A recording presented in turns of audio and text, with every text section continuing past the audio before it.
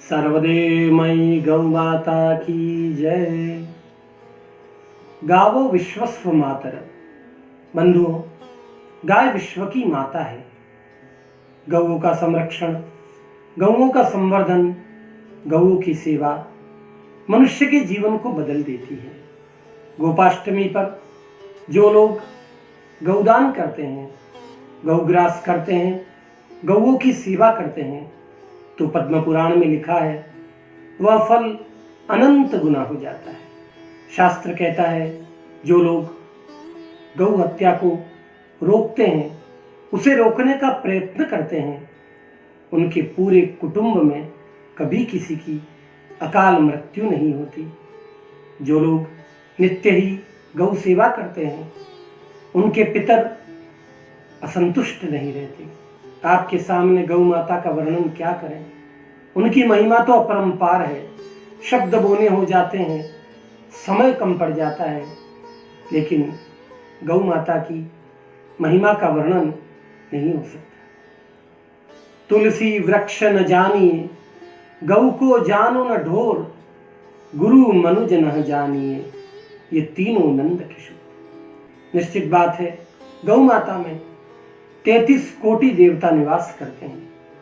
माँ का एक एक अंग पूजनीय है। गौ माता से प्राप्त होने वाला प्रत्येक पदार्थ अत्यंत दुर्लभ, गुणकारी एवं पूजनीय होता है। देवता भी स्वर्गलोक में गौ माता का नित्य पूजन करते हैं, आरती करते हैं और उनकी परिक्रमा करते हैं। गौ माता का दूध नहीं अमृत है। इसे पीकर शरीर की अस्थियां मजबूत हो जाती हैं, हड्डियां मजबूत हो जाती हैं। दधीचि ऋषि ने जीवन में कभी अन्न नहीं खाया, केवल गौ माता का दुग्ध पिया और उन्हीं की अस्थियों से देवराज इंद्र का वज्र तैयार हुआ। गौ माता के दूध की वो ताकत है। यदि हम गौ माता से प्रेम करते हैं, गौ हत्या को रोकना चाहते हैं, तो हमारा पहला कर्तव्य है हम गौ दूध का पान करें।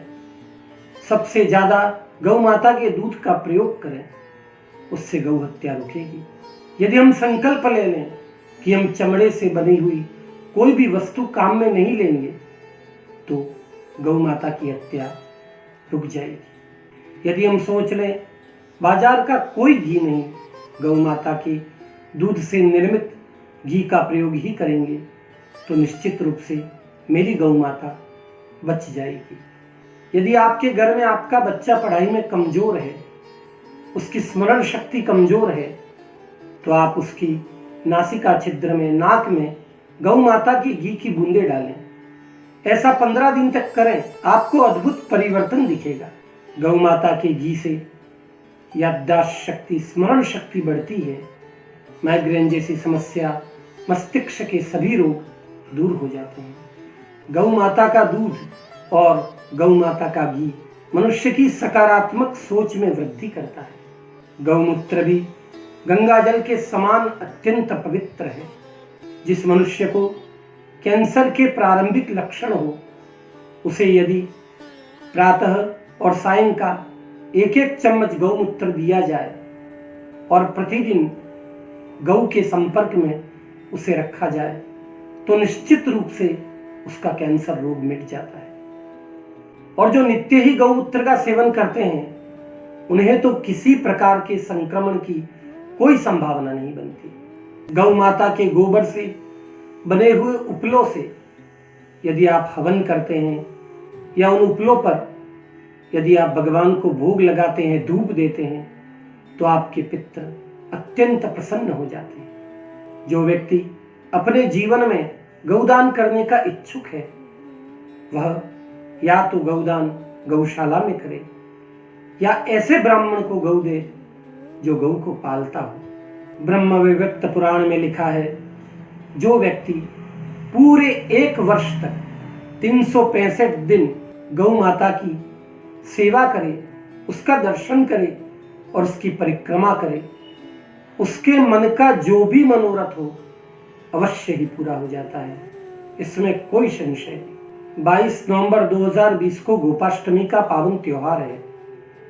इस दिन आप गौ सेवा अवश्य करें। राजा जनक ने एक बार चरती हुई गौ को और जल पीती हुई गौ को अपने स्थान से हटा दिया, तो उसका परिणाम ये हुआ कि जनक जैसे परम धर्मात्मा व्यक्ति को यमलोक का दर्शन करना पड़ा। लिखा है शास्त्र में, चरती गौ नृप जनक निवारी, नरक द्वार देखा दुखकारी।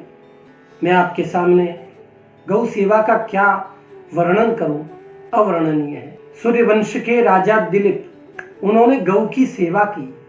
उन्हें पुत्र नहीं था। गुरु वशिष्ठ ने कहा, हे राजन, गौ सेवा करो। तो इतनी निष्ठा से राजा दिलीप ने गौ माता की सेवा करी। एक दिन कोई बाघ, कोई सिंह गौ माता को खाने के लिए दौड़ा। राजा दिलीप जिस गौ माता की सेवा करते थे, उस गौ माता ने एक बार राजा की परीक्षा ली और एक सिंह आ गया। एक बाघ खाने को गौ माता को के सामने दौड़ा। राजा ने डटकर उस सिंह का मुकाबला किया, उससे युद्ध किया और कहा, हे बाघ, हे सिंह, तू मुझे खा जा, लेकिन मेरी गौ माता को मुक्त कर दे, छोड़ दे। और सिंह को परास्त करके गौ माता की राजा दिलीप ने रक्षा की। तो गौ माता ने मनुष्य की बोली में राजा दिलीप को आशीर्वाद दिया, हे राजन, आपके घर ऐसा पुत्र जन्म लेगा जो भगवती गंगा को धरती पर लाए। और राजा दिलीप के घर भगीरथ जैसे महापुरुष का जन्म हुआ। गौ माता धन, वैभव, यश, संपत्ति, स्वास्थ्य और संतान सभी प्रकार के सुखों से परिपूर्ण कर देती है। पद्म पुराण में लिखा है, जो मनुष्य गौओं की हत्या में सहयोग देते हैं, जो गौओं का मांस खाते हैं, वो 10,000 सहस्त्र वर्षों तक मल के कीड़े बन के रहते हैं। गौ हत्या को रोकने के लिए, गौओं के संरक्षण के लिए, संवर्धन के लिए जो भी करना पड़े वो अवश्य करना चाहिए। एक अंतिम और विशेष बात, समुद्र मंथन के समय पंच कामधेनु प्रकट हुई, जिसमें माता सर्वदेवमयी, गौ माता नंदिनी, माता बहुला, माता सुरभि, माता सुशीला और गौ माता सुभद्रा, ये 5 प्रकट हुई। ये कामधेनु है, पंच कामधेनु। ये जिसके पास रही उसका प्रत्येक मनोरथ सिद्ध हुआ। जो मनुष्य इन पंच कामधेनु का नाम लेकर रात्रि में शयन करता है, उसे कभी बुरे स्वप्न नहीं आते। जो प्रातः उठकर इन पंच कामधेनु का स्मरण करता है, उसके पितर संतुष्ट हो जाते हैं, वह सारी दुर्घटनाओं से मुक्त हो जाता है। ये गौ माता की महिमा है। सभी देवी देवता, 33 कोटि देवी देवता गौ माता में निवास करते हैं। गौ माता के मूत्र में श्री गंगा जी रहती है। गौ माता के गोबर में लक्ष्मी जी का वास है। और यदि आपका कोई मनोरथ सिद्ध नहीं हो रहा है, तो गौ माता के कान में जाकर अपने मन की इच्छा को कह दो। वह बात देवताओं तक पहुंचेगी और देवताओं के माध्यम से आपके इष्ट देव तक पहुंचेगी और आपका वह मनोरथ अवश्य सिद्ध हो जाएगा। इस वीडियो को लाइक, शेयर और चैनल को सब्सक्राइब जरूर करें। सब्सक्राइब करने के बाद बेल आइकन को जरूर दबाएं, जिससे हमारे आने वाले सभी वीडियो की नोटिफिकेशन सबसे पहले आपके फोन पर आ सके। धन्यवाद।